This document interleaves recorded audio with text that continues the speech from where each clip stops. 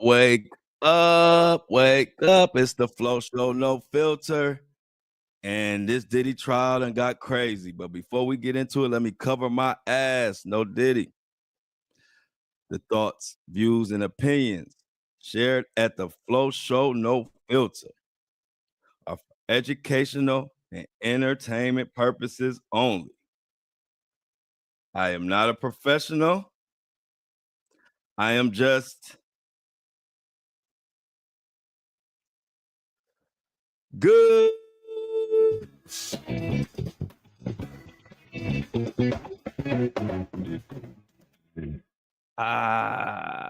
Happy, happy Friday, y'all. It's Friday.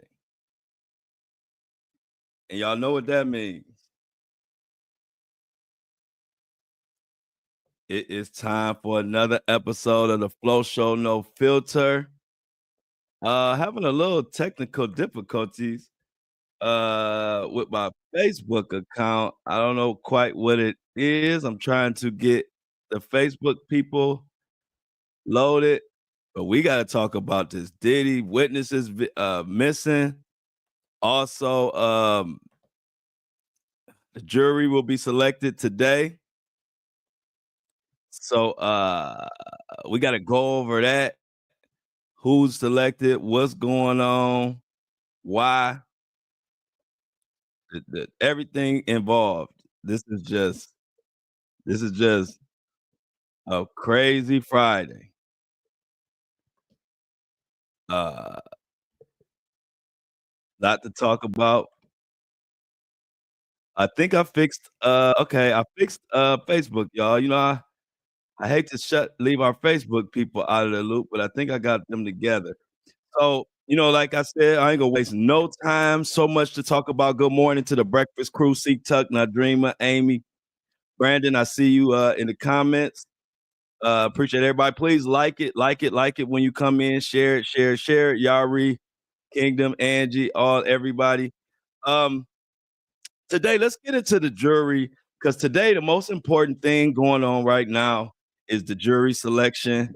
And so I want to get into that immediately because that's important. Like I said, the most important part of any case, the most crucial part is the jury selection.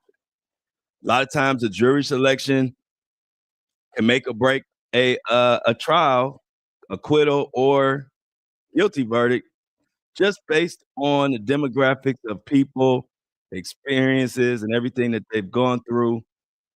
So, this is the most important part, and we need to break it the fuck down with your boy Flo. Uh, every day at 7:30 a.m. You can join us live or catch us on Apple and Spotify, Facebook, or wherever you listen to your podcast. So this actually comes from a publication called Arab News.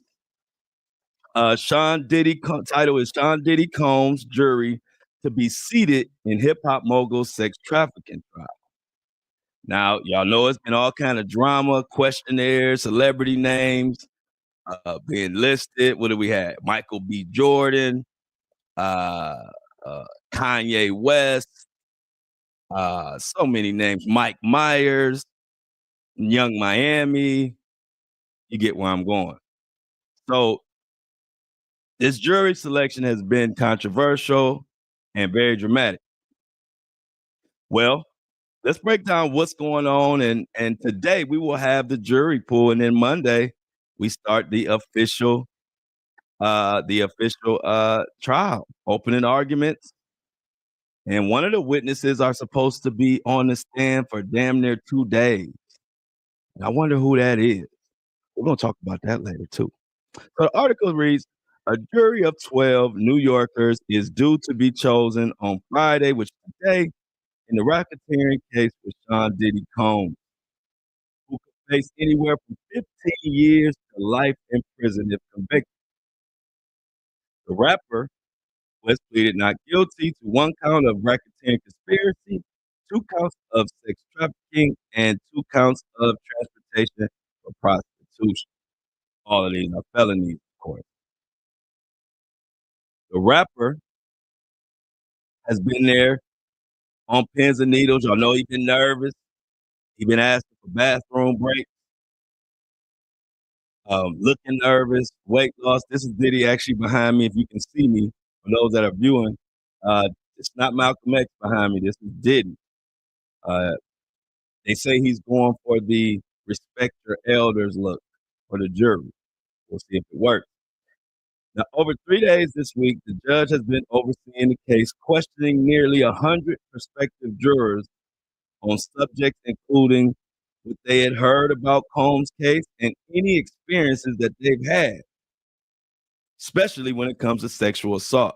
So these potential jurors have been asked everything under the sun.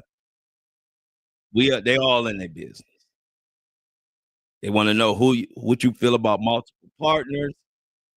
They want to know, have you had any run-ins with the law? What do you think about the law? Do you know Sean Diddy Combs? Do you know Michael B. Jordan? Do you watch true crime documentaries? Where do you get your news from? Do you get it from legacy mainstream media, or do you get it from guys like me, podcasters, YouTubers, etc.? All of these are potential valid questions when you're talking about the jury or the trial of the century. Thank you, Not Dreaming, for the super sticker. I really appreciate it. I will definitely put that $1.99 to good use. Anybody else that want to give, please. I won't be mad if you give me a super sticker. But let's continue.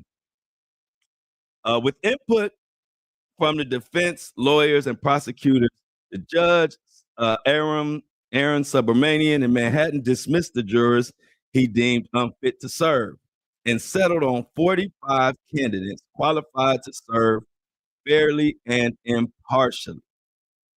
Now, today, lawyers for each side will take turns striking down candidates until a panel of 12 jurors and 6 alternates is chosen. This is like a real-time chess match. And the difference between checkmate and being in checkmate is the difference between possibly serving life in prison for Mohawk Diddy or walking out that courtroom a free man. Oh, okay. So Nadreema coming back to back with another super sticker, $4.99. Let's go, Nadreema. I appreciate it. Good morning. Happy Friday. Um, Combs, a Harlem native. He's from New York. Y'all know that. Who founded the pioneering record label Bad Boy Records and discovered iconic rappers like Biggie Smalls, has been locked up since September. The charges mark a stunning downfall of the titan of the music industry from the city of New York. Now let's get back to the prosecution. Prosecution with Manhattan office say that for 2 decades, Combs used his business empire to lure women into orbit with promises of romantic relationships or financial support, then violently coerced them into taking parts into days-long drug and fuel infested sexual performances that we have known to be called freak offs. I tell you, I never heard of freak offs until now. I told you I remember we used to be saying get your freak on. Like Missy song, get your freak on. Diddy done turned it into freak off, and it should have been off. But that's a whole nother story. In court papers, prosecutors allege Combs kept his victims obedient by drugging and blackmailing. He is accused of kidnapping a person at gunpoint and dropping a Molotov cocktail into a car and hitting and choking and dragging victims in the act of violence dating back to the 1990s. And you wonder why I called him Mohawk Diddy. Continue. Combs' lawyers have said prosecutors are improperly seeking to criminalize Combs' swinger lifestyle. They have signaled they plan to attack the credibility of the alleged victims who will testify by seeking to show they had financial incentives to accuse Combs. They have said the woman gave inconsistent accounts of the alleged assault to the investigators. Now, while y'all with me, make sure y'all liking this live as y'all come in through the door. Like it and share it. After we go over what the hell going on with the jurors, I have someone who could potentially be a witness I have some clips from that person, and also that person has agreed to do an interview with yours truly, Flow to Flow Show No Filter, and he is somebody who was on Diddy's record label. He was a rapper. He was around to see a lot of this violence firsthand. And so I'm gonna play some clips from him and give you an idea of what we might be hearing on the witness stand. So stay with me as we break down this juror, because after the jury, because after we do this, I got a surprise for y'all coming up. So the judge has said the trial will last around 8 weeks, with alternate jurors serving as backups in case other jurors are unable to finish the job. The trial is expected to feature testimony from three, possibly four, because you know they can't find one of the victims. Victim number three has just vanished off the face of the earth. And if that ain't crazy enough, victim number three, her lawyer, has also vanished off the face of the earth. We don't know where they at. So we know we got three victims for sure. Combs has more than 50 lawsuits going on and all kind of crap. So the way the jury is going to be broken down. So now they got 45, right? So this is what they're going to be doing today. And make sure you follow me on all my social media accounts, Flow Daddy Flow, because I will be updating later on today once they get all the jurors lined up and we know who they are or whatever. So what they do is they take the 45 jurors and they go down one by one, and then basically the defense and the prosecution will take turns in removing certain jurors that they don't want on there for whatever reason. Now, there's a certain amount they can remove just because they don't have to give any reasons and they don't need judges' approval. But that is a limited amount of number, which goes for the prosecution and the defense. Once they use up their strikes where they can just say, "Hey, remove that one," and they're gone, then it comes down to a point where they have to say why they want them removed, and then it's up to the judge from there. And after all of that is done, we will have 12 jurors and 6 alternates. So that's the breakdown of what's going on with the jury, and we'll know that today. But now with Monday coming up, I thought today would be the perfect day to not only announce a special interview I have coming up from a bad boy artist, someone who knows Diddy quite well and has been there to see a lot of the crazy shit that went on. And one of the craziest things that's surrounding Diddy in this trial is Kim Porter. We all know Kim Porter. If you don't know, she is the mother of Diddy's children. If a lot of people know the twin girls that he has, it's her mother. She had wrote a tell-all book that she was about to put out, and she mysteriously passed away with pneumonia. But before you even think about what happened with her and the mysterious pneumonia, there were incidents that happened to her. There were incidents that happened to her where it just shows the violence and the lengths Diddy would go through to control his victims or his wives or girlfriends, whatever you want to title them. And so these are the type of things we may hear on the witness stand. This is without further ado, this is Mark Curry. Mark Curry, as you all know, if you follow me on the social media pages, he's been following me for a while. He was one of the first whistleblowers. He is going to be doing an interview for us. He's going to talk about his new book, and he has I think 2 books detailing a lot of this shit that I'm about to tell y'all today and that we're going to go over. So I thought a nice prelude going into Monday, which we're about to hear witnesses and everything, is to get a little mock witness, which is a witness. And we're going to listen and see some of the crazy stuff he has to say about what he saw at his time around Diddy. So Mark Curry, can you tell us a little bit about Kim Porter and some of the things you may have seen? My name is Mark Curry. I'm a former bad boy recording artist. A lot of people, I made a lot of hits for Puff. How do you feel about these lawsuits accusing Diddy of abuse? What do you think about that? You knowing Diddy, do you think he's capable of doing that, man? Do I think I think he's very capable of doing it. It's in his character. That's who he is. That's what comes with power. That's what comes with arrogance. That's what comes with, what makes him. I seen fights between when he have an argument, fight with a female, whatever it may be. I seen it with my own friends. But sometimes you say, we all go through things, but once you have a sign of doing it over and over and over again, that's when it becomes a problem. You be like, so every relationship that you get in, you're violent in them. I was around when Cassie was there. I knew Kim Porter before I knew Puff. I met Misa, but it was a history. When you have a history of the same thing, man, it becomes a problem. Speaking of Kim Porter, because you knew Kim Porter, is it true that Diddy broke her nose? Bust her nose, man.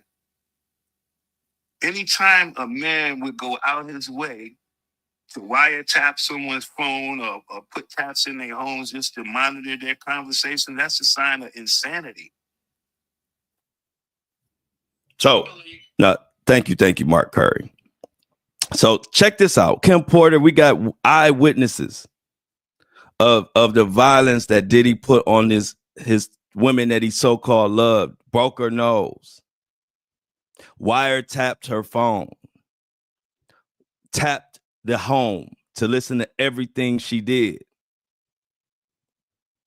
And then when she dies mysteriously, everybody want to look at us or look at the people that's looking side-eye like, what do you expect us to think? This ain't normal. You're hearing this out of people who were there. Mark Curry's in music videos. He wrote songs for Puff. He got publishing, basically fucked out of his publishing dealing with Diddy. And he spoke about that. But Mark Curry, I got more questions for Mark Curry. Mark Curry, can you tell us about any times that Diddy may have Sean Combs, aka Mohawk Diddy, where he may have disrespected or did anything out of the way to any of your friends or your women?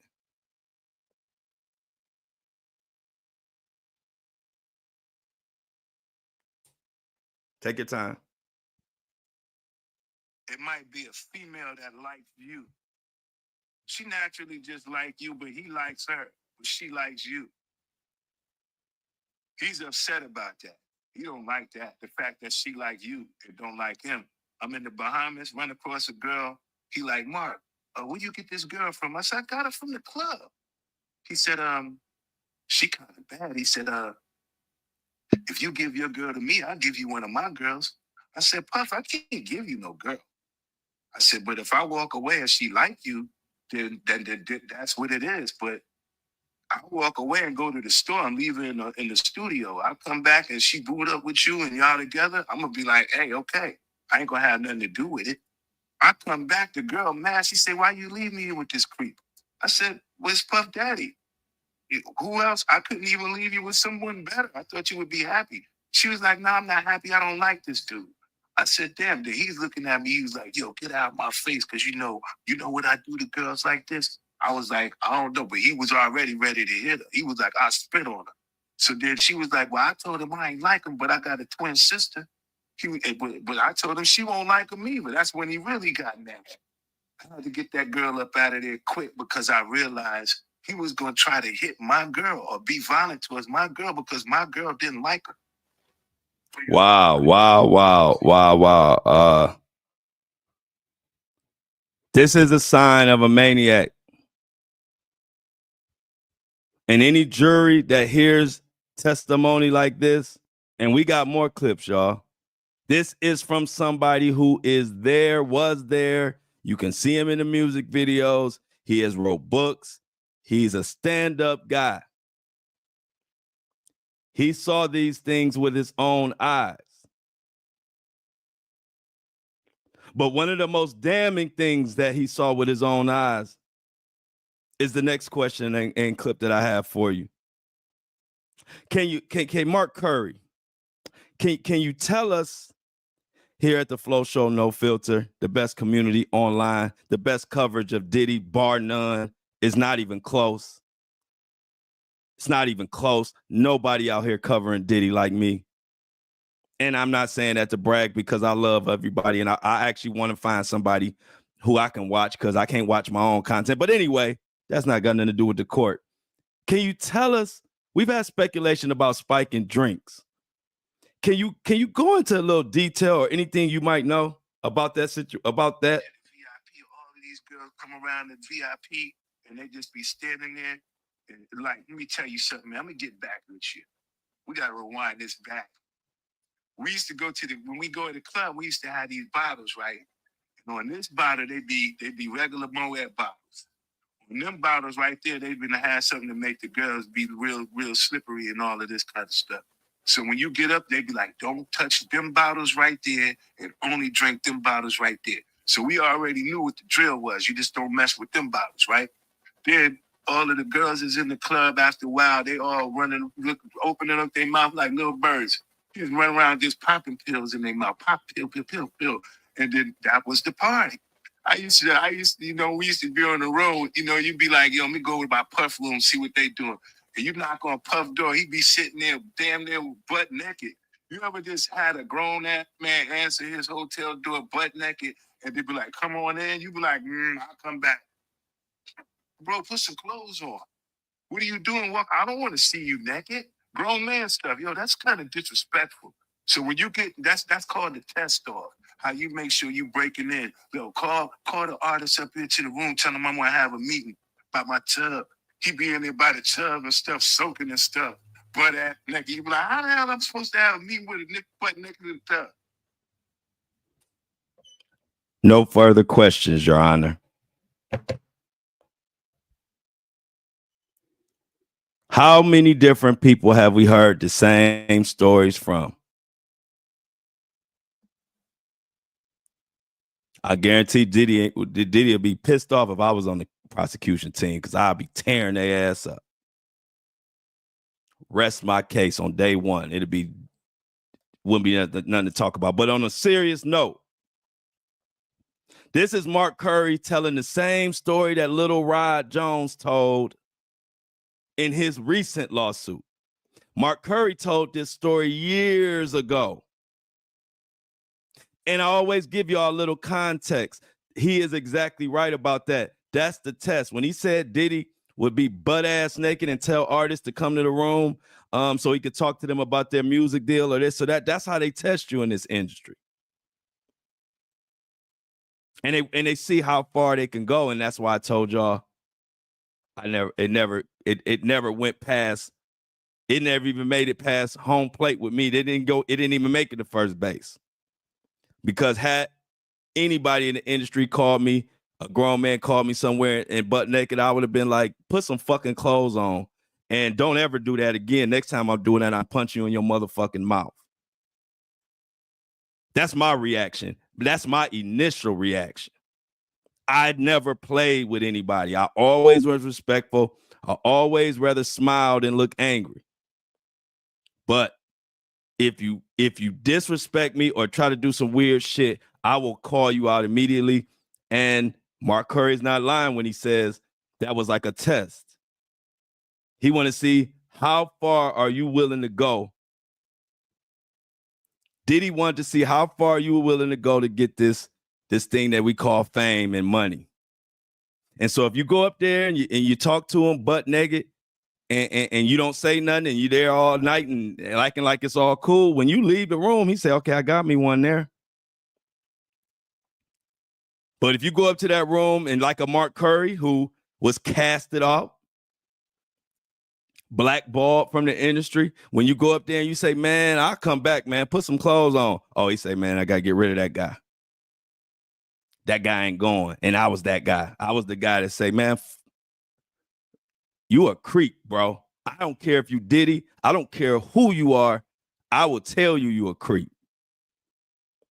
You can tell how I am on this podcast. I say all kind of stuff that people might be upset about or whatever, but it's just, if it's the truth, I don't give a damn. If you can't handle the truth, then you just the wrong. You don't listen to, don't be around me.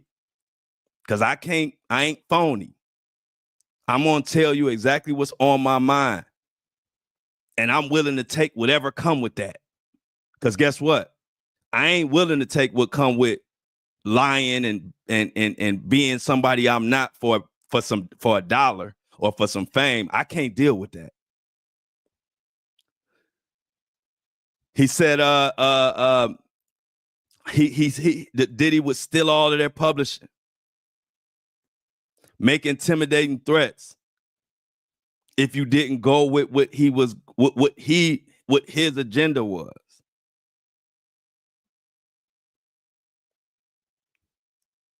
It was just crazy. So let's go back into this wiretapping situation with Kim Porter. As a woman out there, and I'm speaking to the women right now, what do you feel about a guy who has been proven to put your hands on women? And if you were in Kim's shoes, how would you feel about a man who wiretapped your phone? A man that tapped your home to listen to everything you were saying? Or better yet, what if your daughter told you she was dating a guy who were doing these things? What would you say or do?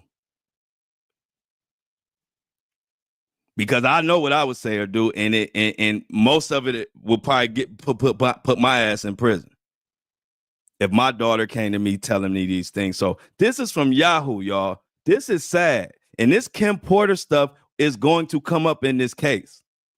That is why the jury was asked in that questionnaire about Kim Porter.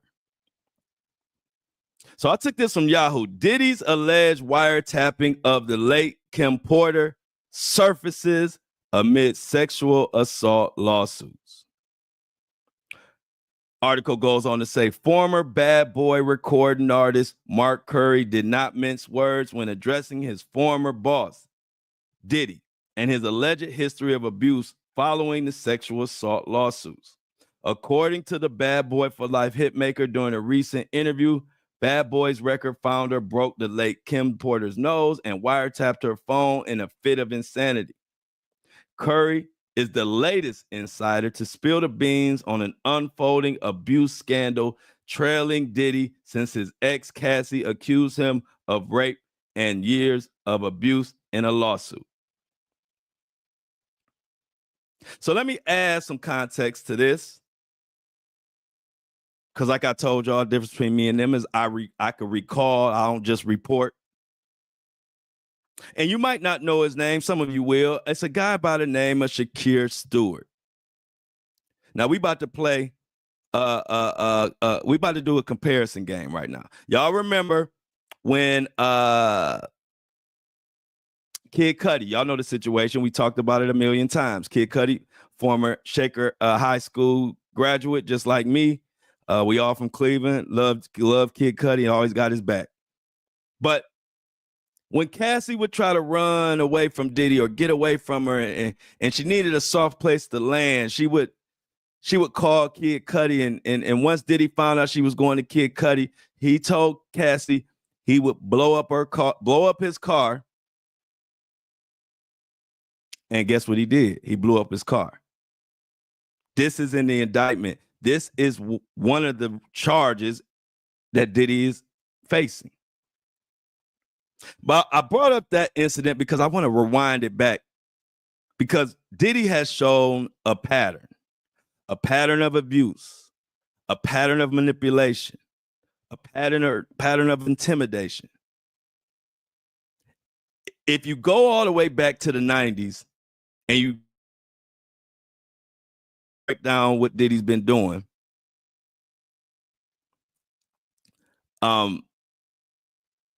you'll see he's been doing kind of the same thing over and over and over again. Over and over and over again. So let's just change the names. Let's replace, before there was a Cassie, there was a Kim Porter. And Kim Porter, much like Cassie, was allegedly being abused, coerced, et cetera, et cetera. Kim Porter looking for a soft place to land. I'm gonna have to just get this person out of here because you taking up the whole chat, saying the same thing, and I'm gonna just have to block you because it's kind of getting annoying. I want everybody a chance to talk. You're not gonna just dominate the chat, so I'm gonna go ahead and ban this guy. Anyway, Kim Porter was looking for a soft place to land, and that soft place to land was a guy by the name of Shakir Stewart. Shakir Stewart, without going into too many details, was a big-time record exec. He worked with and signed artists like Neo, and worked with Jay-Z and signed Rick Ross. I mean, every big-name artist in the early 2000s, he either worked with them or signed them. Now, Shakir wanted to sign me. That's how I know Shakir at more of a personal level.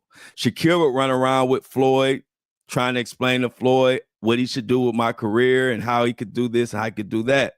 I only tell you that because Shakir was a good dude, and you don't meet too many good dudes in this industry, especially the big time successful ones. Most of them are assholes. And most of them didn't like me because I would let them know they were assholes. And then I would look them dead in their face and, you know, what you gonna do about it? I'm just being truthful. Anyway, Shakir Stewart, is well documented that Diddy put his was violent with the man, and there's some incident. I should have pulled it up on my phone so I could give you the accurate details, but I didn't even think I was going to get into this story today. But damn it, it has to be told. There was some overseas incident in which Diddy found out about Shakir Stewart and end up hitting him and being violent and having some goons do something. It's just a crazy story. I might tell it in full Monday, but I'm only telling it because it shows a pattern. And then Shakir Stewart still dealing with Kim Porter because Kim Porter wanted to deal with him, and she liked Shakir. Y'all would have liked Shakir Stewart. He was one of us. And I told y'all, just like I'll tell y'all who the assholes are, I will make sure I tell y'all the ones who were cool and deserve to have good flowers put on their name. And Shakir Stewart was one of them. Treated me like gold every time I would see him. But long story short, in the midst of him dealing with Kim and Diddy doing his same intimidation tactics and all kind of extra stuff, Shakir Stewart, at the height of his career, killed himself. Now, at the time, people said, I don't believe that. People that knew Shakir said he would never, I believe he shot himself. I think he shot himself in the head, supposedly, or something like that. And at the time, people, even at that time, there were small rumblings like, this don't sound right. Don't sound like he would do that. But then you fast forward and you see this pattern of violence and the lengths Diddy would go to eliminate or intimidate people that were in or around the women he felt he was in control of. Because you don't have to be a psychiatrist to realize Diddy just looked at women as possessions that he can control. He could do whatever he wanted to and then cast them to the side when he wanted to. And even when he cast him to the side, if you talk to a Shakir Stewart, or you talk to a Kid Cudi, or you talk to anybody that he felt like he could dominate, he would. Now it's been rumored, and a lot of people know 50 Cent talked to some of the same women Diddy dealt with. You don't hear any stories about Diddy putting his hand on 50 Cent. You don't hear any stories about Diddy blowing up 50 Cent's car. You don't hear any stories about Diddy damn near not even saying 50 Cent's name. That's the definition of a bully. And if you've been watching this show or listening to the Flow Show from the beginning, you know I can't stand bullies. It's probably a big reason why I do what I do. Because I ain't going to get bullied. And I don't like to see people get bullied. I'm the guy that say, pick on me. Leave them alone. Pick on me.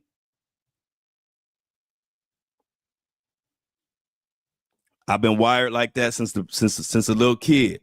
And so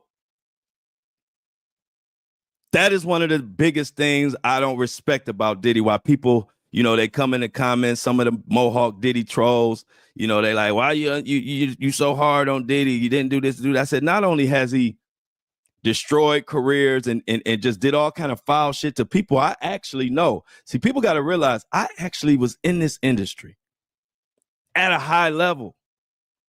So I know these people. Me and Kid Cudi went to the same high school. When Kid Cudi made it, he invited me down to one of his biggest performances at House of Blues, one of the greatest nights of my life. And just to see someone who made it and see how the crowd, how he worked the crowd, it was a blessing for him to even do that for me.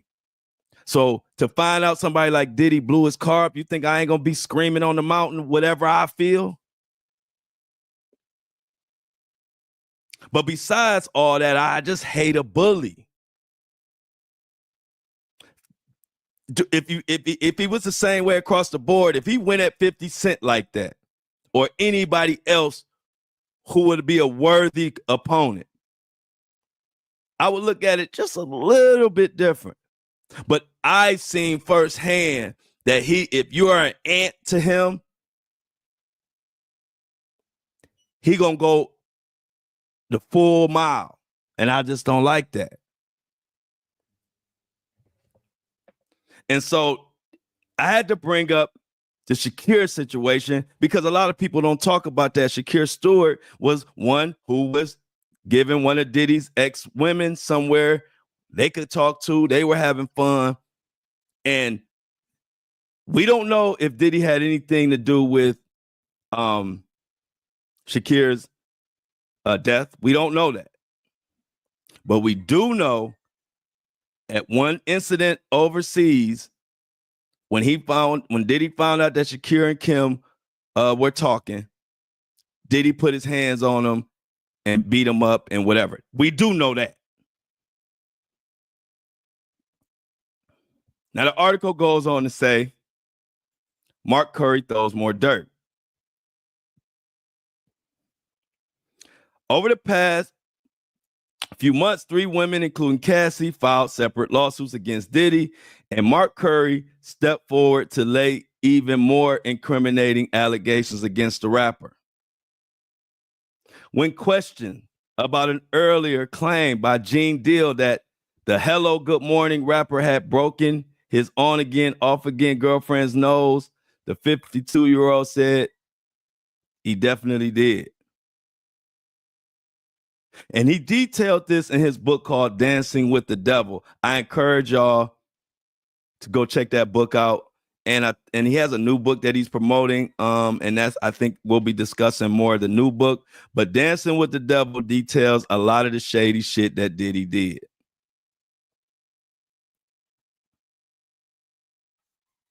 He said he witnessed Diddy in fights with many females. This is according to Mark Curry. And said it became a full-fledged problem when he kept doing it over and over and over and over and over again. Which begs, it has people saying things like karma is coming for Diddy. Or it has came, I should say. People are saying, Diddy, you're an evil man. Another person that has spoke out is Diddy's former bodyguard, Roger Bonds. And thank you, Monique, for the $10 super sticker. Between you and Not Dreamer, I'm going to have a good lunch today, and I need it. I'm hungry. I've been working hard as hell. I like when Friday comes because I get a break. But thank you for the super sticker, Monique. I really appreciate it. Roger Bonds, if you remember, that's Diddy's former bodyguard. And he knew some things. He recounted leveraging his diabetes diagnosis due to situations surrounding his ex-boss, implying that the Grammy Award winner engaged in questionable activities. Bonds wrapped up his confession saying Cassie spoke on it. She said, yeah, I jumped on it. I jumped in between it. That wasn't the only time. It was the other times, and it was other people. You think this former bodyguard ain't gonna be called on that witness stand? You don't think he's gonna have to raise his right hand and say, I promise to tell the whole truth and nothing but the truth, so help me God? Be looking out for Roger Bonds. He was someone who had to jump in the middle and keep Diddy from kicking Cassie's ass, for lack of a better way to say it. With all due respect to Cassie, as a matter of fact, Cassie is in New York. It was a nice picture TMZ put up with her with her baby bump. Congratulations on her child. It is unimaginable to think that you got to go through the darkest part of your life in front of the whole world while being pregnant. I wouldn't wish that on my woman, my wife, my mama, my sister, my auntie, my cousins. I wouldn't wish that on anybody. Cassie is strong and brave. And just think about this baby is going to be on a witness stand before even born. It's already been in the system. It's already been, this baby has already, will have already been on a witness stand before it even come into the world officially. Thanks to Mohawk Diddy. So article goes on to say that he stepped down from his role of being Diddy's bodyguard. And he had more stories than just what I just told you. I wouldn't be surprised if Gene Deal is called to that witness stand. Gene Deal is another former security bodyguard of Diddy. He's said and seen many things. He also saw violence and Diddy violence against women. He's also said that Diddy would do sacrifice and all kind of weird witchcraft type stuff. And it was just many crazy things going on. And Diddy would go through whatever he needed to go through to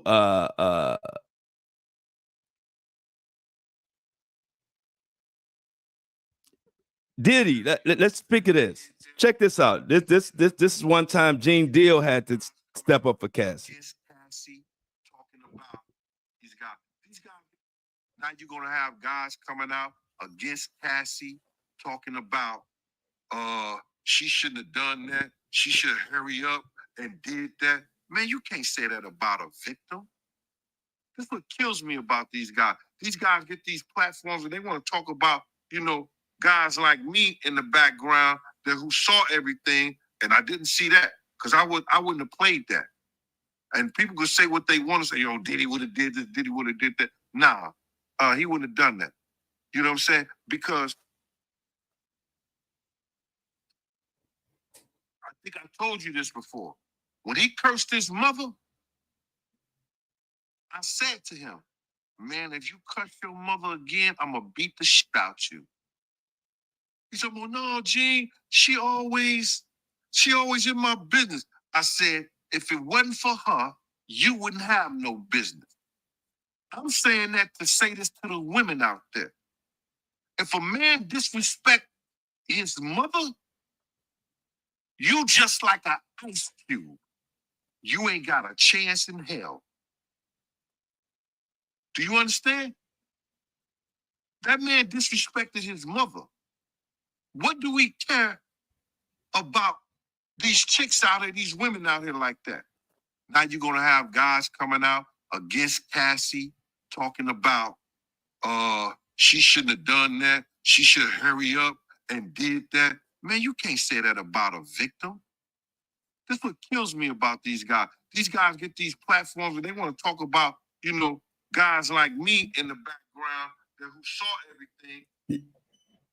I'm sorry, and that was he stood up for the mother. That wasn't the clip I thought. But anyway, Diddy disrespected his mom to the point where his bodyguard say, man, what the fuck is wrong with you?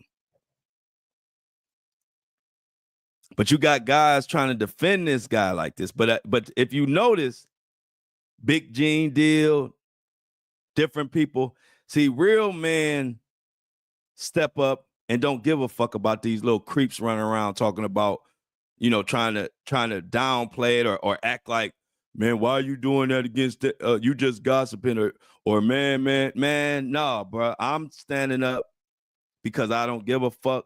And you ain't never. I'm a man amongst men. Put me in a room of men. I'm a man amongst men. Just because you scared to call out Diddy, don't put that shit on me. I'm more like a Gene Deal.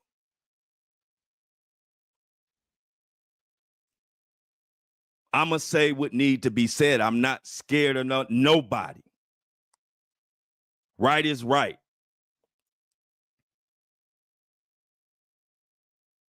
And the funny thing about those creeps in the comments, they never in person.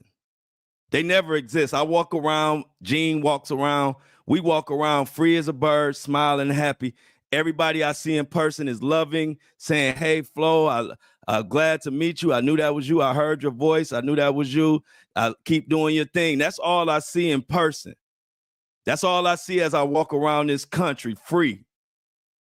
But in the comments, you got all these comment courage, corny creeps. They only exist in the comments, though. They never exist in real life. Because I never see them. I've never had so much of a bad word, an unkind word uttered to me in person in my life. But in the comments, they King Kong. I don't respect them. In the comments, they Mike Tyson. In the comments, they Big Bones John Jones.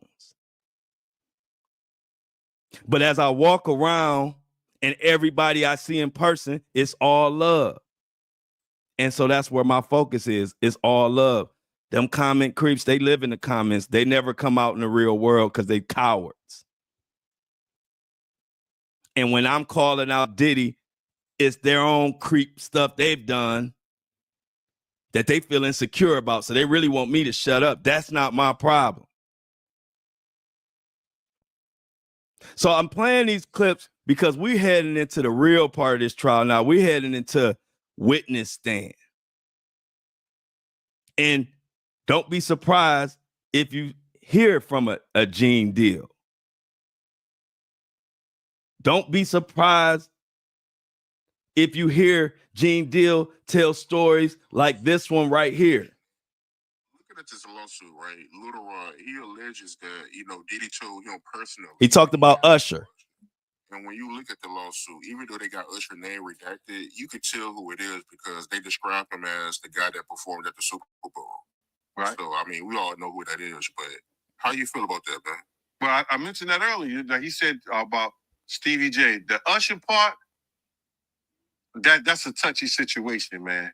But he got on Shay Shay and he mentioned how great and how good Puff taught him and everything. You know what I'm saying? About the business. I know, and people know, that was around that in that time that Puff and Usher did have a situation. And that situation led Usher to the hospital. Now, I let Usher explain that to y'all. I let Usher tell that story. But how dare you say a man that groomed you, you gonna give him a pass? Now, I'm telling that because you taking up for somebody that you know and a lot of more people know didn't do you right. Let Usher explain that to you. Let Usher mama explain that to you. And the hospital was in Scarsdale, New York. Looking at this lawsuit, right? Little Ron, he alleges. That's the story that we may hear. We may hear this on the witness stand. We may hear Gene Deal talk about how Diddy groomed Usher, and Gene Deal, being a former bodyguard of Diddy, was there to witness it. The rumor is he went so hard in Usher, and I don't, it's too nasty. I don't even want to go into it, but Usher was bleeding, his back was blown out, and he ended up having to go to the hospital. But nothing that money and fame can't fix, according to Diddy. Probably paid the mama off. It's probably pressure for Usher to keep going. They needed the money. I don't know.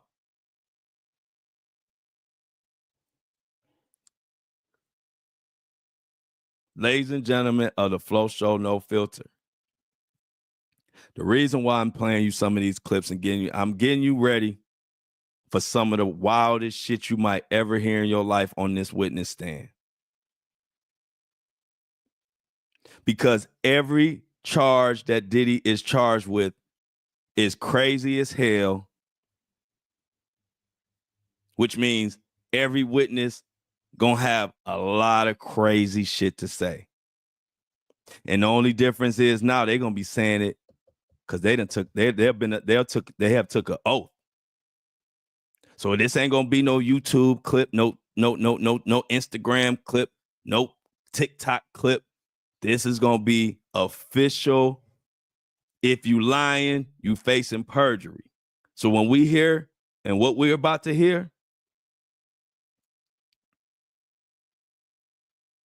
make sure your ears are ready for it. And I got a few more explosive clips to go over, but we always got to take a second to thank the people who make this all possible. Without our subscribers, we can't talk about this real shit. We got to talk about the popcorn bubblegum stuff that the mainstream media talking about, and the mainstream media overlooking all this crazy shit because they can't talk about that because they got corporate sponsors that they be holding to, and so they want that money. But we gonna support our own podcast and our own platform so we can talk about whatever we want to talk about from here to I ain't no more breath in this lung. So I think, and I don't care who, I know everybody want to hear all the juice. I'm thanking my subscribers every time, and you should too. If you ain't a subscriber, you should be thanking them more than me because without them, you wouldn't be watching or listening to what you listening to. I got quite a few of them in yesterday, and I'm also gonna give a special thanks to the people who are on the VIP list. They did the $23 subscription. It's only a one-time thing. You only got to keep it once. And that's it. And I put you on the VIP list, and you'll get all the exclusive information as I go out to New York and sit my ass in that courtroom and get to see Diddy for myself and verify that his ass is even on trial. And I will be out in New York.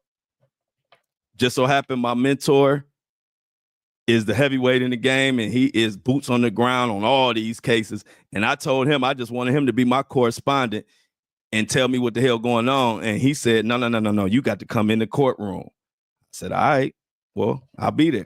So let me thank the regular subscribers first, then I'll get to the Diddy VIP, then we'll get to that a couple more clips. So let me thank Curious for a $3 donation. Curious.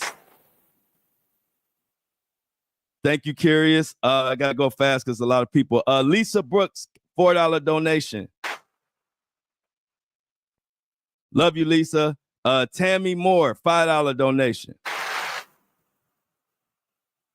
Vanetta Hoyt, $4 subscription donation. And when I say donation, it's a subscription. Just not to confuse people. Also, Erica with a K. Thank you, Erica. Next, we have Katie. Katie always sounds like an innocent name. Are you really as innocent as that name, Katie? I appreciate you. Tisa or Tessa. I'm sorry, it's either one. Thank you. We got Rex with a $3 donation. And a matter of fact, and Tessa was a $3 subscription donation as well. Now, before we get to the clips, real quick, I gotta let it announce all the people who did the $23 donation subscription, and that's a one-time thing. It's just to help me afford to be able to go out to New York, and I gotta definitely thank everybody for that. So I'm gonna go list those people. So these are the VIP people who will have exclusive lives with just me and them when I'm out in New York. The minute I'm going to tell you what's going on before I go in the courtroom. And once I leave the courtroom, the first people I'm going to report to are these people right here. So let me start with Anna Solis. Thank you for joining the VIP Diddy coverage. Trish B. Thank you. You were also on the VIP Diddy coverage.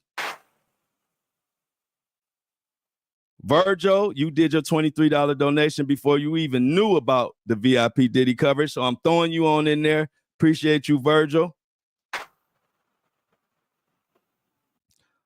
Somebody just put Diddy trial, but didn't put their name. I got to research who that is. But if you just put Diddy trial and you didn't put your name, send me an email or reach out to me on my socials, but I'll have your email. So I just have to do some digging. So shout out to you, whoever just put Diddy trial. I need you to put your name and Diddy trial. Heather Kelly, you will be on the VIP Diddy coverage list. Teresa, she says Mohawk Diddy updates. That's fine. You will also be on there. She did a $23 donation. One of my favorite followers and listeners, Bo Garbett. Bo is also a $23 subscriber. You will be on the VIP Diddy list. Everybody clap it up for all of them. Clap it up for all those individuals. Mermaid in the outfield, you are also, I almost forgot, last but not least, at our Mermaid. So all of these people, and if you want to join, all you do is a $23 subscription donation, and you will be part of our crew who will get exclusive. Every little thing that happens, I will come straight on. I'm talking to you. I ain't talking to nobody else. Whoever helps us get there deserves all the exclusive information. So shout out to everybody. And if you want to, matter of fact, I need to put the subscription in the chat. Somebody told me that helped them last time. So I'm going to put it in there now. For all the subscribers. Thank you. Copy and paste. Give me 1 second, guys. Copy. So I'll put it in the notes. I mean, in the chat right now. The subscription link is there. If you want to be part of that exclusive group, as I do the flow on the go, and go to New York and get front and center and see what is there to see and take notes about whatever need to take most notes for. The subscription is in the link, and just put your name when they ask for your name. Just put your name, and next to it put Diddy trial, and I got you. So it's also in the notes of the Facebook post. Also in the show notes for the Apple and Spotify people.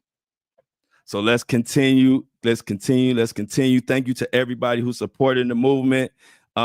If you haven't supported yet, what are you waiting on? And this is not to the people who can't afford it. I've been there. It's been times where I don't care if the subscription was $1 and I couldn't afford it. So this is not, I'm not talking to the people who can't afford it, but the people who can. It's the minimum is $3, which comes out to about 15 cents an episode. I give 20 a month.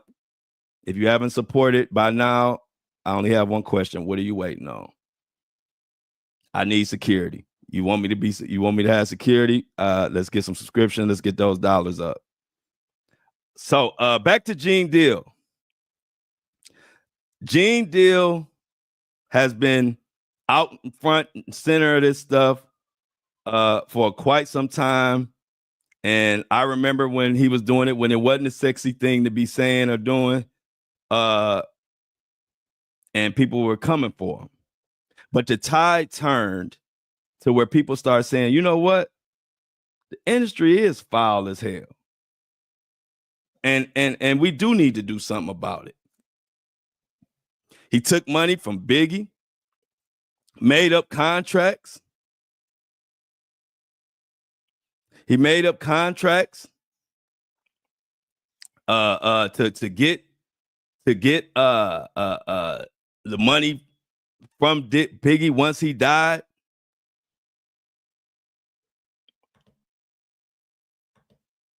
And how foul is that?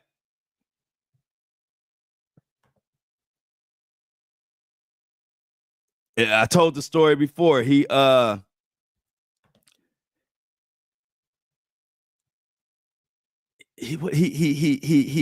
when Biggie died, they say, I think Gene Deal told this. He said that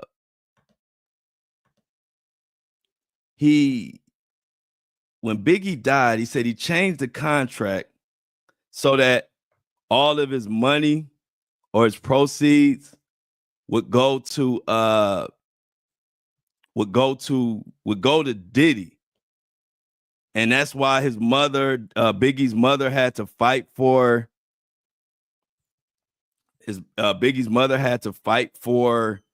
money to get after her son died or whatever. And if you would change somebody's contract to get, if you would change their contract to get their money, you remember at this time, Biggie had to be about what, 20, I can't remember. I know he was 22, 23, a young kid. To the point where now the mother has to fight to get the money that their son earned. You're a different type of cat. You are a different kind of cat. But this is things that Gene Deal described.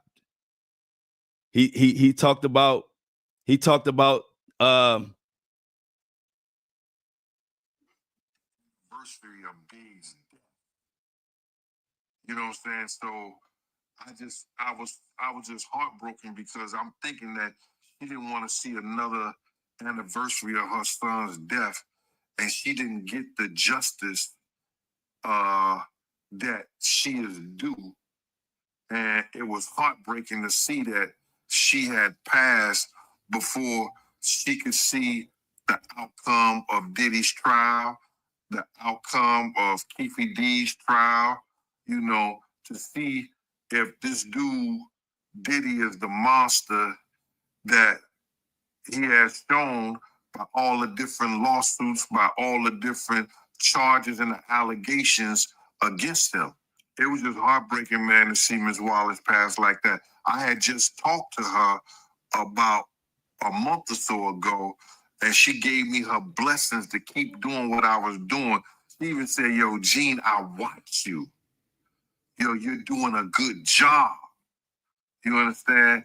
I said, do you watch me or do you watch the Art of Dialogue, Ms. Wallace? You know, she laughed and everything like that, man. But she was to her give me her blessings. And Gene is talking about how sad it is, and I agree with him, for Biggie's mom to fight As a matter of fact, if y'all don't know, Biggie's mom more than quadrupled or damn near 10 times the Biggie estate. Before she died, she took his estate and grew it tremendously. So shout out to her for that. I believe she deserves her flowers for that. And but the sad part is she passed before she had a chance to see Diddy being held accountable.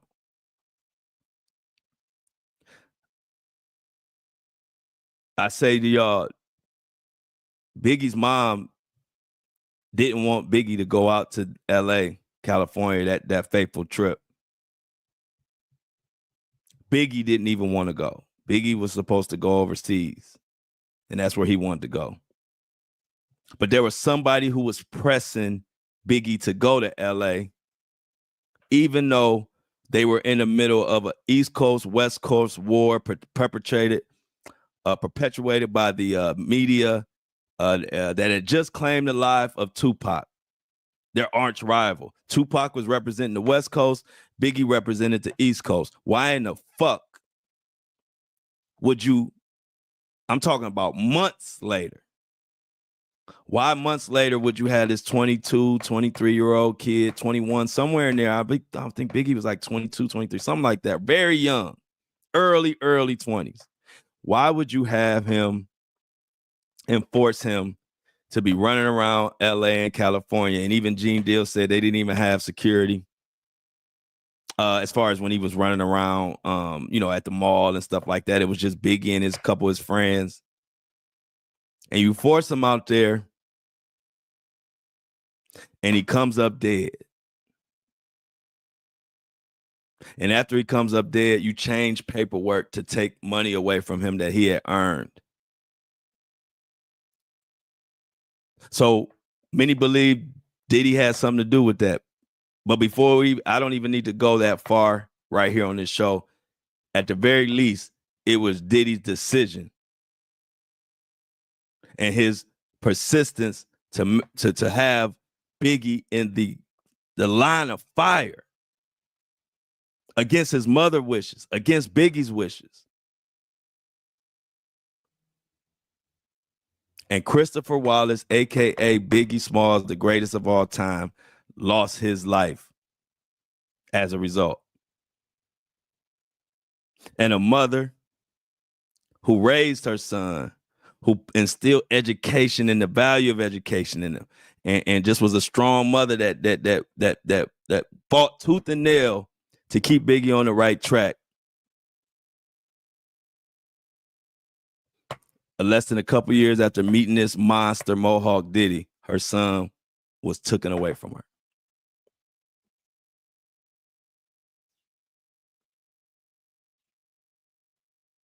So, ladies and gentlemen, Monday can't come fast enough for me.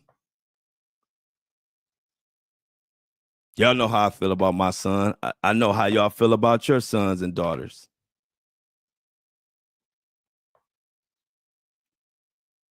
I would want to rip Diddy's head off if that was my son. And not only that, I would want to rip off everybody's head that has something to say about it.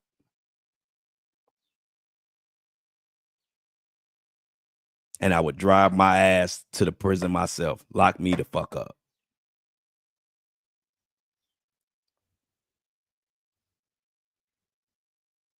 I appreciate everybody for tuning in on the Apple and Spotify. Appreciate y'all too. Thanks to everybody on YouTube. Thanks to all the community Flow Show Filter. Let's get ready for Monday. Tune in to my social media accounts. Flow Daddy Flow, because it's gonna be some craziness on that witness stand. And ain't nothing else for me to say but bye.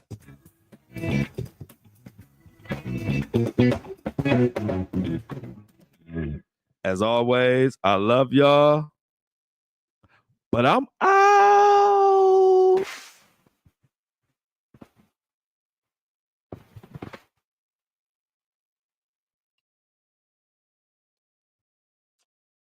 Boom, boom, boom.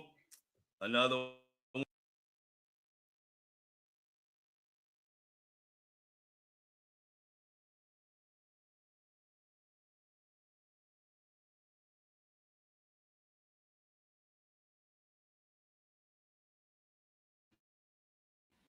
We out, but we still here though. We out, but we still here though. It looked light, but it's heavy though. Hey, I may look light, but I'm heavy though. We out, but we still here. This is the after show. This is the best part of the show. This is the part where we get to talk, answer some questions, see the process of how we take this show and we blast it off to the world. And I get to kick it with the Breakfast Crew. The Breakfast Crew is here, but we just have 5 people in the chat, in the live. The Breakfast Crew know we've been growing. We've been growing. The very first day I started doing the YouTube, it was like one person. One person in the live. One like. We grew to 5 and 10. Now we getting up to hundreds. Everybody make sure you like it. And by the time this trial is over, we be up to thousands.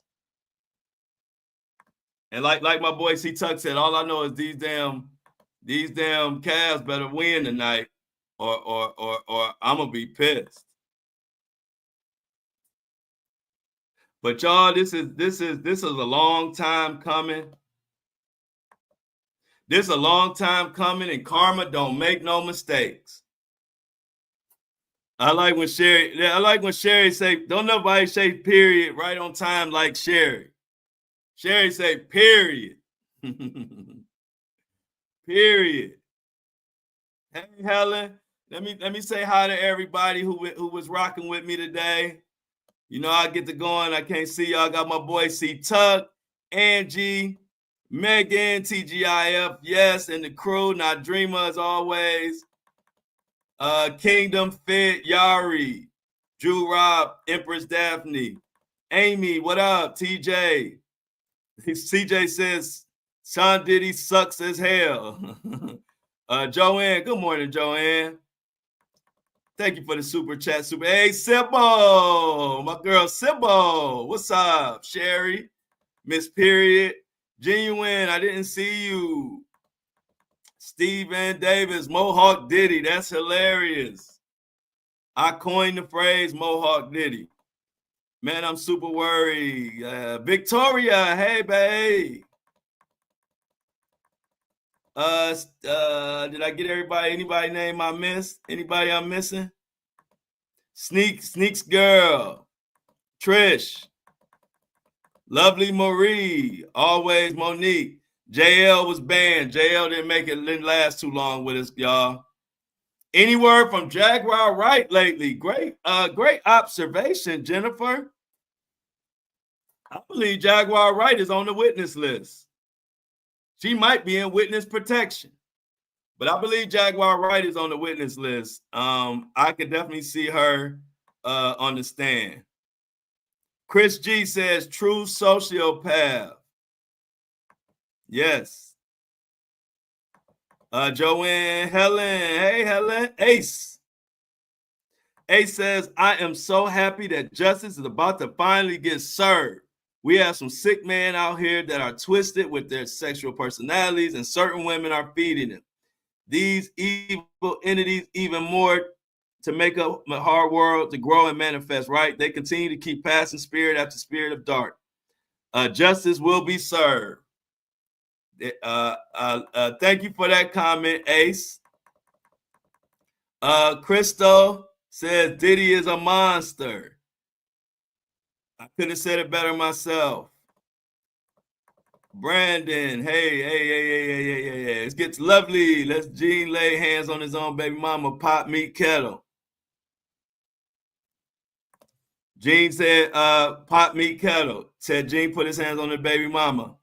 Reese. Amy Brandon. This is why I searched the comments, because y'all know I got to thank everybody for the super stickers. Amy Brandon, thank you for the $4.99 super sticker. If you want me to have a good lunch today, send me one. But Amy, thank you. Thank you for that. I'm ready to eat good, y'all. Y'all treat me so good. I can't never. I don't have no complaints. I don't have no complaints. Let's see. I think I just want to make sure I got everybody who I need to shout out. Sherry, of course. Rex says, I think Gene Deal is telling the truth, but I'd be surprised if prosecutors put him on the stand too. Many skeletons of his own. Diddy's lawyers will eat him up on the cross. I can agree with you on that, Rex.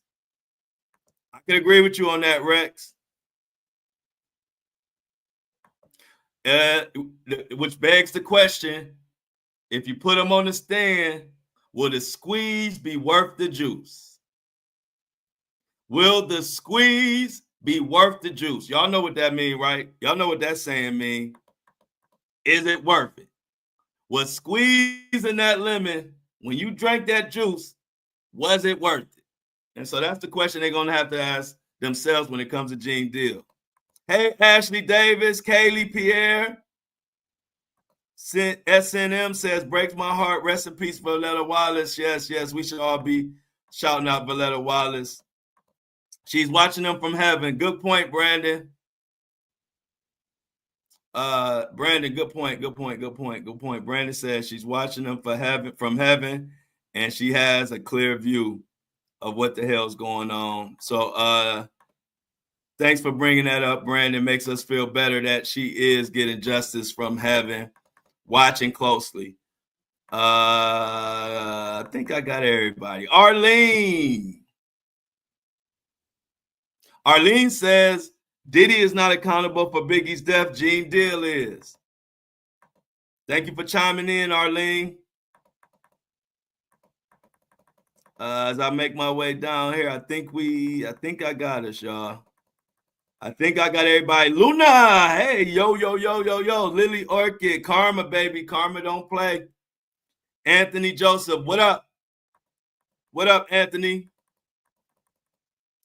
Too much evil in the world. I agree with you. Lovely one. Okay, I got everybody. Let's see if we load it up. Okay, we still loading up, so let's let that go. Helen says, I just hope that victims finally get justice. That's all. Anybody else got a statement they want to make? Go ahead and leave it as we wait for Apple and Spotify to get loaded up. I definitely want to hear from each and every one of you guys and the whole community. We want to know what everybody. Y'all just heard me talk for an hour and a half. Let's hear y'all thoughts. Leave some more thoughts in the comments. I'm running through them before we get out of here. I want everybody. This is the people's platform. Y'all know that. Y'all know this is the people's podcast. Paid for by the people, supported by the people. And we do what the hell we want. We talk about what we want. So feel free to say whatever you got to say in the comments. We sharing them all. Somebody said, ain't no damn. And Sherry said, he ain't got no charm with his manipulative ass. And I'm gonna take Sherry's line. Period, Sherry. Keep them coming, y'all. As we letting this app on the Spotify get loaded. I want to hear y'all questions, y'all comments. Any questions you have, feel free to leave them in the chat. Any comments, whether you for or against. This is not a dictatorship. If you're for Diddy, you're more than welcome to speak. It's just that I'm not taking no disrespect. You don't have to be for Diddy or against it or whatever, and you can do it without disrespecting. Y'all know me all the time. I don't get caught up in somebody else's opinion. I have my own opinion, and everybody else has their own opinion. So you're more than free to speak freely in this chat. Just do it with respect. That's all I ask. If you think Gene Deal don't have a right to talk, go ahead and put it in the chat. You see, I read whoever that was that said that because I value everybody's opinion on this platform. I just ain't going for no disrespect, but I love to hear from everybody. Today, they are picking the jury. I am so anxious to see what this jury is going to be made of, who it's going to be made up of, the demographic of it. And this guy right here behind me, He nervous. He is nervous as a long-tailed cat in a room full of rocking chairs right now. And if you know, if you're from the old school and you know how rocking chairs, and you know about a cat with a long tail, that's a nervous motherfucker. No, it's all good. Yeah, it was too much. Like I said, y'all know me. I don't remove people just because you have a different opinion, because I like, that's what adds interest to everything we doing is different opinions. But when people try to be disrespectful, then you got to go, because we're not here to disrespect nobody. You can say your opinion. You can say free Diddy if you want to. That's on you. Like, I don't judge people for their opinions, but I will judge your ass for disrespect.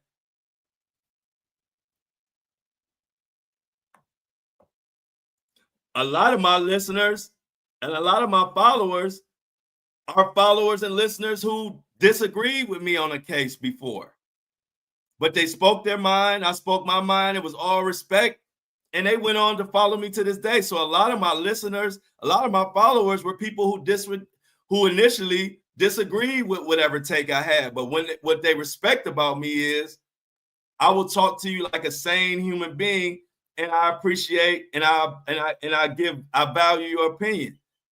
Not a lot of people are like that. I am. I have my opinion, and you're welcome to have yours. It doesn't have to be right in line with everything I say. If it is, that's good too. But I don't dictate what people have to think. That's not my thing. I want to bring y'all all the facts, let you know what's going on, and then give you my opinion. Now, whatever you do from there, that's on you. I'm never a person that get mad at somebody because they have a different opinion. To me, that's just nonsense. Exactly. Agree to disagree and move on. Yeah, like I don't get mad. And that's why it's always funny to me when people be in the comments acting like they're so mad at me for my opinion. It's like, grow up. We're all different people. We're all going to have different opinions. If you don't know that, you in for a miserable life. If you're going to get mad at everybody's opinion that's different than yours, you're going to have a miserable life. Because we all going to have different opinions. It don't bother me one bit. Let's see if, come on, this thing taking forever. Let's go. But I got a question. Who do y'all think is going to be the key witness that's going to bring Diddy down? Who is going to be the star witness that is going to bring Diddy down? I need y'all to tell me in the comments. Like Helen said, it's definitely free speech. I don't have no problem with it. Y'all see me in the comments. People be saying all kind of crazy stuff. I'm very respectful, and I'm very quick with my thoughts and my replies. I don't have no problem with their comment. You're just not going to disrespect me, and I'm not going to disrespect you. But who y'all think is going to be the witness or the smoking gun or the thing that Diddy is not going to be able to get away from? Quincy? Okay. Somebody said, Jonathan Christopher says Quincy, and Quincy is Diddy's son, but he's really what, isn't that Albie Shore's son? It's so many different sons, I kind of get their names confused, but I believe it's Quincy. They think Quincy's gonna be put on the stand. Sherry says she feel like the trial is gonna have some twists and turns, and ain't no telling.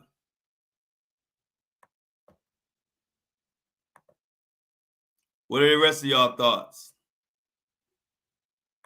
Me personally, I think Cassie. I think Cassie gonna bring the house down.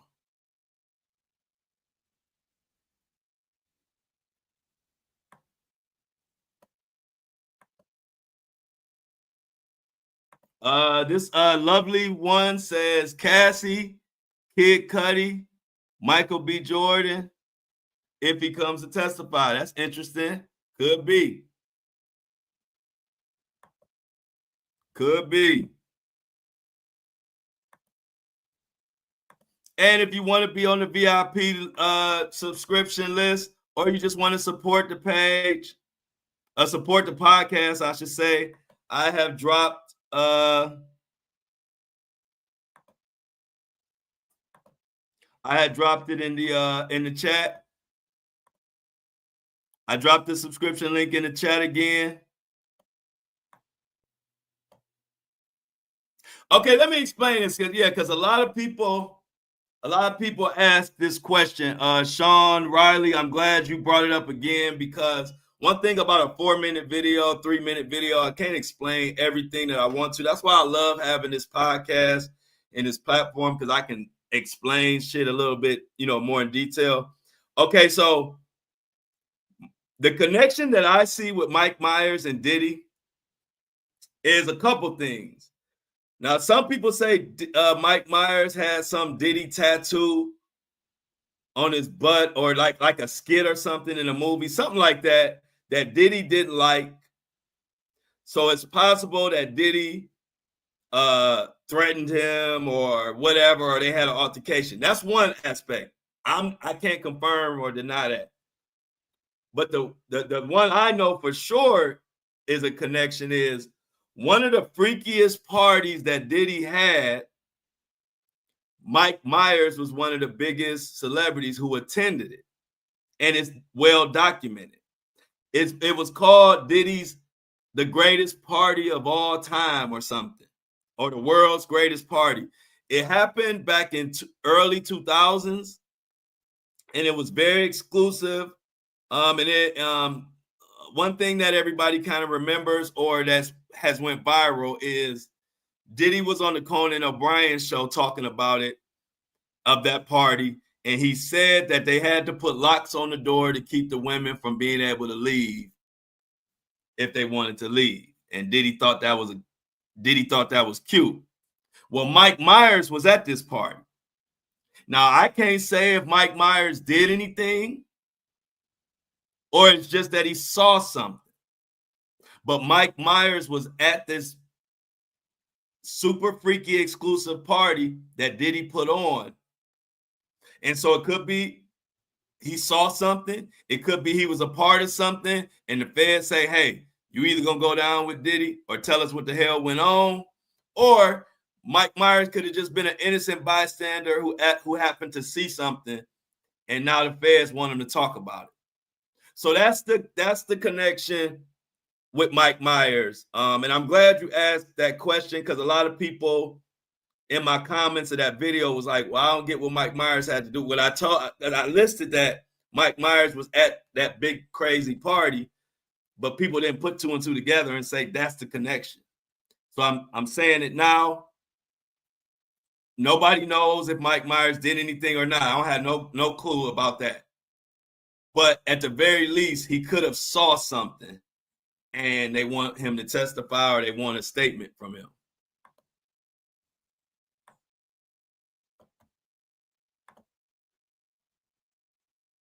Oh, no problem, Sean. No problem, Sean. I don't never mind clarifying any information, because any information I speak on, I have researched it vigorously and have no problem explaining what the hell I was talking about. And I do realize that I didn't, with 3 or 4 minute videos, you can't really go into detail as much as you want. But I kind of did just mention that Mike Myers was at that party and may have saw something. But by the time the end of the video, I had talked about so much stuff, people just didn't understand the Mike Myers, what he had to do with it. So I'm glad you brought that up. C-Tuck said, Diddy done got Austin Powers wrapped up in this mess. Lovely One says she prays that Michael B. Jordan comes to court. Is that for justice, or you just want to see Michael B. Jordan? Oh, another thing I want to speak on. A lot of these people like Michael B. Jordan, Gene Deal, and more really, really, really, felt that Cassie went through a lot of bullshit. And there are a lot of people that are willing to testify and are coming to support Cassie. And that's the part of this trial that mainstream media is not really covering or even talking about. But there are a lot of people, Michael B. Jordan being one of them, but there are a lot of people who are going out their way to come testify and to tell what they saw, because for years, people felt terrible about the stuff they witnessed and heard that Diddy did to Cassie. So that's an aspect of this case that people don't know about or not speaking on, that there are so many people that are coming and willing to talk just because they want Cassie to get justice. And like I said, Michael B. Jordan is one, but there's more than just him. It's a lot of big time people that are coming to speak up for Cassie because they feel bad that they didn't do it before.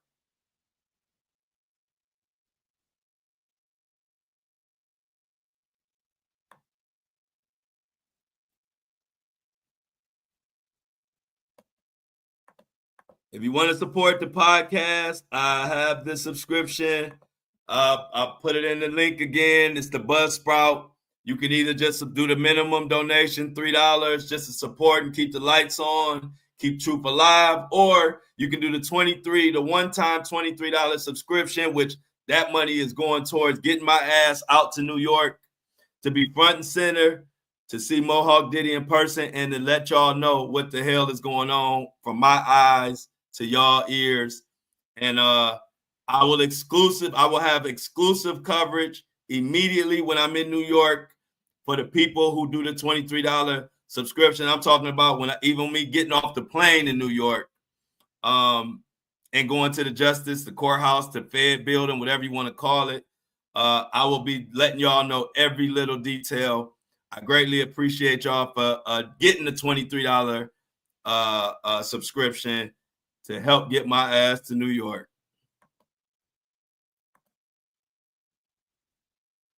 Man, this thing is taking a long time today. I think Young Miami knows a lot.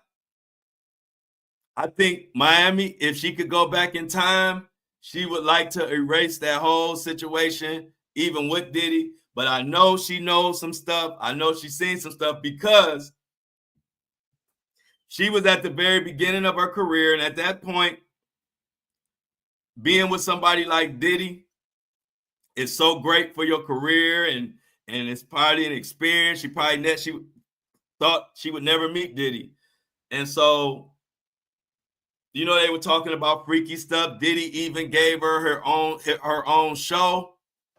And so me coming from the industry and knowing how people operate, Young Miami definitely knows some stuff and saw some stuff. And as a matter of fact, she even went on record her own self getting into it with Diddy's other girls and talking about if Diddy told you to eat me, you would, and blah, blah, blah. So that right there, she kind of told on her own self that she's involved in some capacity.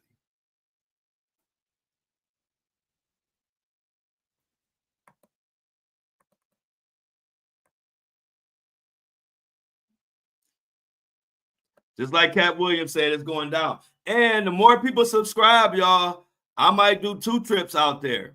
The more people that subscribe, the more people that even do the $23 subscription, I might do a couple trips to New York. So we'll see how it goes. I'm doing one for sure, but I might go twice. This thing, I hate when it takes this long, man. That's the only thing I miss about the States is fast Wi-Fi. As y'all know, I'm in Puerto Rico, and the Wi-Fi is so shitty out here. That's the only thing. I love everything else about it. The Wi-Fi is the worst, though. I hate the Wi-Fi. Like, it takes like 30 minutes. It takes like 30 minutes to upload a podcast episode, which is ridiculous. But I get to kick it with y'all for 30 minutes, so it's all good.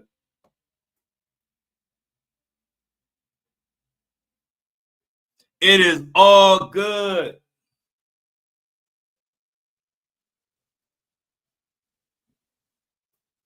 Oh, Joy said you just left PR Wednesday. Okay, hope you have fun. Hope you have fun. Oh, it's beautiful. The weather here is beautiful. The weather here is beautiful. I love it. I love the food. I love the weather. And when I say food, not just how good the food tastes, but they actually use real ingredients here. Oh, Isla Verde, I go there all the time. That's where I go to the beach at. If you ever see me at the beach, I'm at Isla Verde.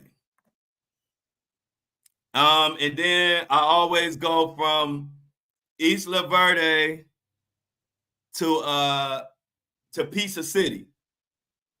Right by the beach, they got a Pizza City where they got good pizza and nice drinks.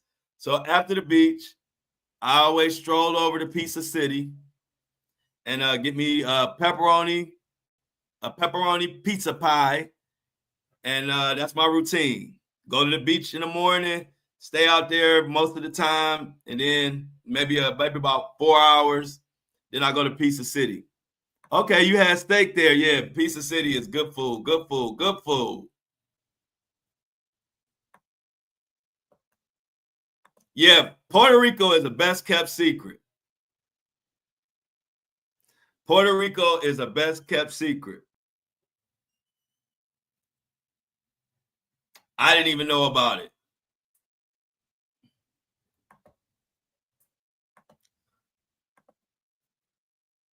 I sure will. Thank you, Lily.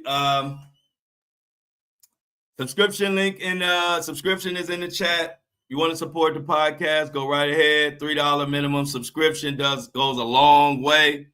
And if you want to be on the VIP list to get all the exclusive coverage as I take my ass out to New York, do the $23 subscription, one-time subscription. Just say your name and put your name and put Diddy Trial next to it.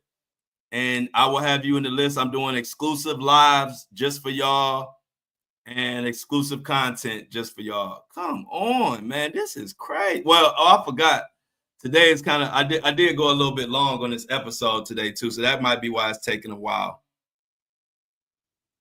Thank you, Sylvia. Sylvia came in just to spread love to everybody because y'all know the basis of this whole movement is love. And I keep forgetting to tell y'all and remind y'all that the Flow Show No Filter I Need Love Tour 2025 starts in July. And y'all know the whole foundation of this podcast is love. Love for each other, love for the community, and the love we have for one another. I end every show saying I love y'all, but I'm out. And the tour starts. I will be in Chicago the weekend of the 23rd. So if you in Chicago, come check me out. The tour is gonna be amazing. I'm excited. I'm gonna get a chance to reach out and touch every last one of y'all. I'm going city to city. We even going to Sydney, Australia. We even going to London.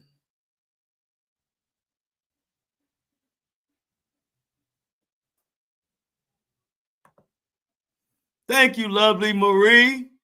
Lovely Marie says, I love your content. You've been the only person covering this Diddy story to a T.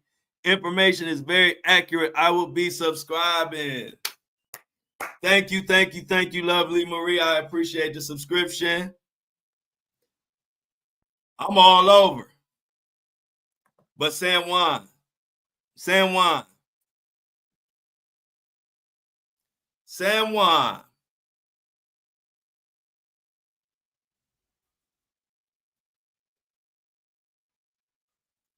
But yeah, y'all, this is gonna be amazing. I got an amazing group of people.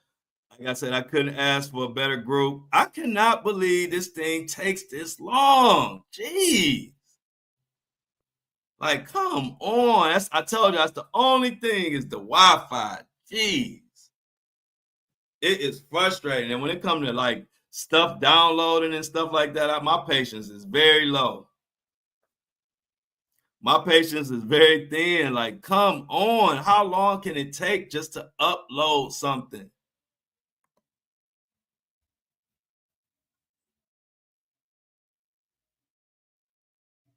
If y'all haven't been to Puerto Rico, put that on y'all list. Because Puerto Rico is a beautiful place, beautiful people. They treat you well. They're very nice. And I've been getting better with my Spanish. Now, instead of like 5 words, I know like 10. And I use those 10 to the best of my ability.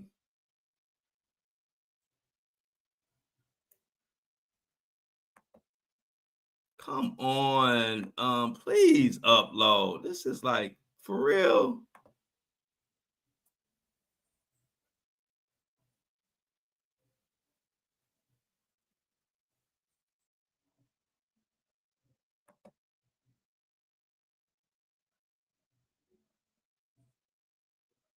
Yeah, I may come to Melbourne when I do Sydney, because it's 3 places in Australia that are in my top, like as far as my biggest places where people know me the most, or I got the most fans. Out of all the cities, most of them are American cities, of course, but Australia has 3 places. I believe it's Sydney, Melbourne. Is it like a Brisbane? Brisbane, Brisbane. I think it's like Brisbane, Australia or something. And those are in my top. So we're thinking about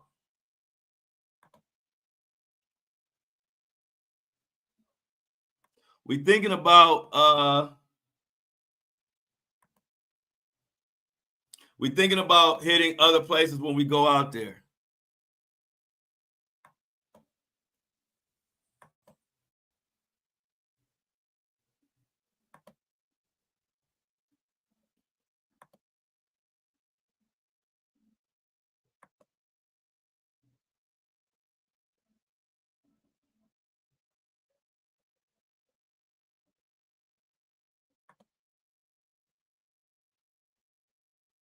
Oh yeah, you need your real ID.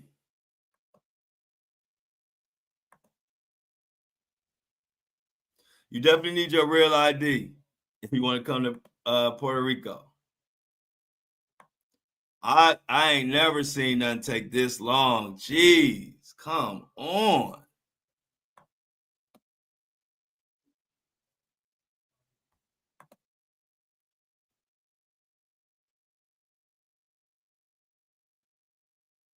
Oh yeah, I'll be in the D. Okay. Sherry said when I come to the D, she gonna come check me out. Yeah, you know I'll be in Detroit. I'm gonna hit Detroit. I'm gonna probably hit Detroit. I'll probably hit Detroit before I hit Chicago. So I'll probably be in Detroit like first or second week in August, but don't hold me to that right now. We still mapping out all the logistics.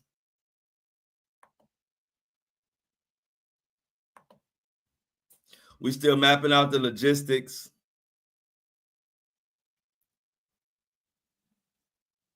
But I'm looking for it. I put, all you gotta do, I just put the link in there. You subscribe right here. I put the link in there, y'all. Oh, and that's another thing. If you have issues with your subscription, email buzzsprout@support.com. I have it in the show notes. I say it every episode, and people still DM me about that. That's the only question that I am not going to be answering no more. Like I have it in the show notes, I have it in Facebook, and I say it every episode. And people still leaving the fan mail. Hey, I subscribe. I'm having problems getting it on my phone. I'm like, I don't know how many more, where else I can put it at. I even start putting it in the heading of the actual show. I'm putting it in the title because I don't know where else. Because I'm like, okay, well, at least you have to be trying to clip on the subscription, on the subscriber only content. So you have to see it. Like, I don't know where else and how many times I can say that or where to put it. Oh, yeah, you can use your passport. That's what I use. I use my passport. I use my passport for sure. I don't understand this, man. What the fuck? It's taking so long.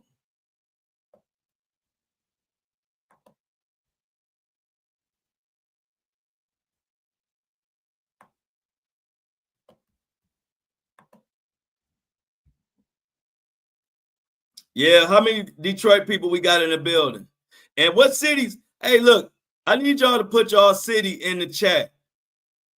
Right now, I need everybody in this chat to just type the city so I can see what cities support me the most. So please, you ain't got to write a long message. Just type your city that you represent in the chat, or state. If you don't want to say your city, you can say state. Okay, so I've definitely got to hit South Carolina, Detroit, in the Carolinas. In general, I got Charlotte for sure on the list. Peace out. Peace, Lily Orchid. Okay, so we got Cleveland. You know I'm going to be in Cleveland for sure. I'm trying to get an idea. Are there any cities that I kind of left out that I need to add to the tour? Okay, Detroit, got y'all on the tour already. Like I said, got Charlotte on the tour. New York for sure. Okay, good. I already got New York. I got New York for sure.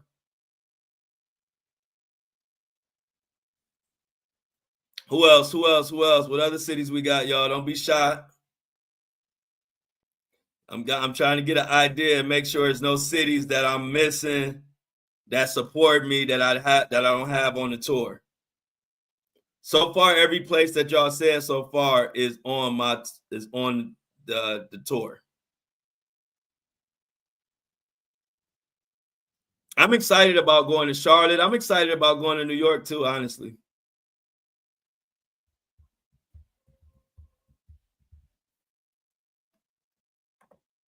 I don't understand what the hell is this taking so long. I really don't.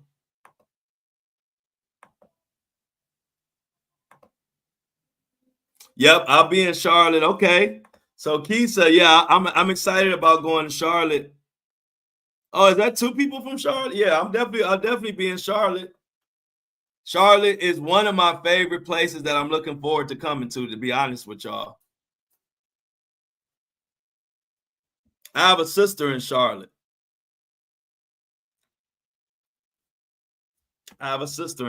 So I'm looking forward to Charlotte. Charlotte is 100% for sure. For sure go. I guarantee you I'll be in Charlotte.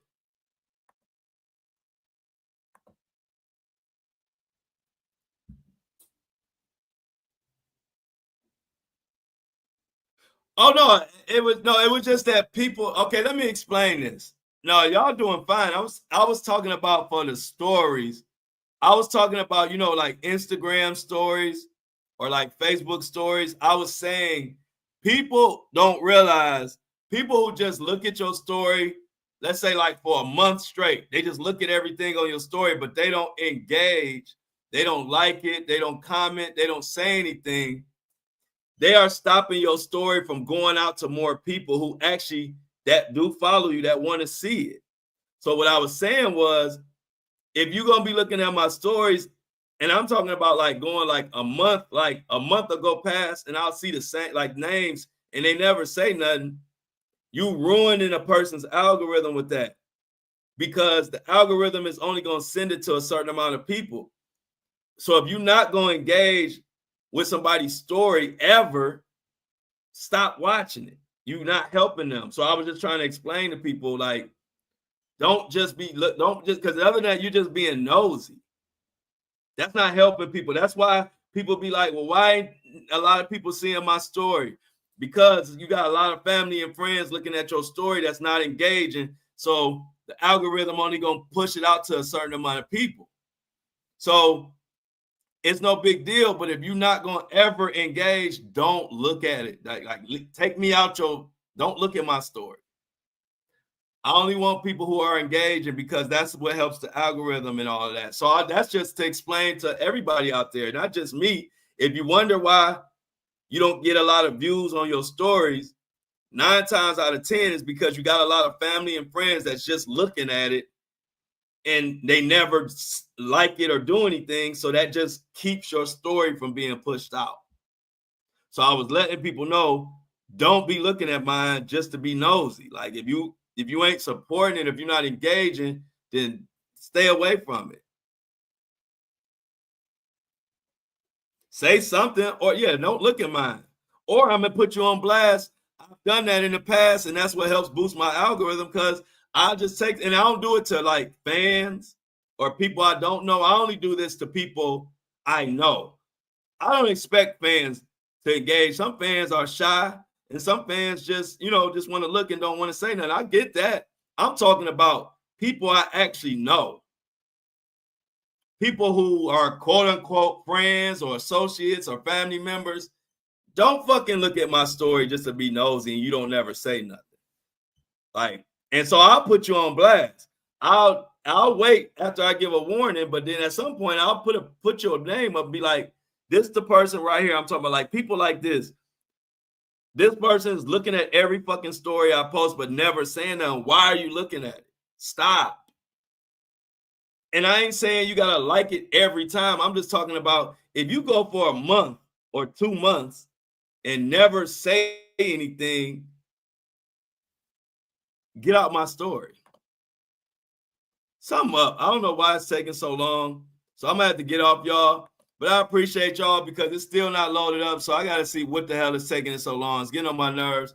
I appreciate y'all keeping me company. I don't know what's going on with the Wi-Fi. So I'm gonna have to close this down and get this thing loaded to Apple and Spotify. But all I say is much love. See y'all Monday morning. The official trial starts Monday with opening arguments. You already know the drill. C Tuck said, I'm out. I love y'all, but I'm out.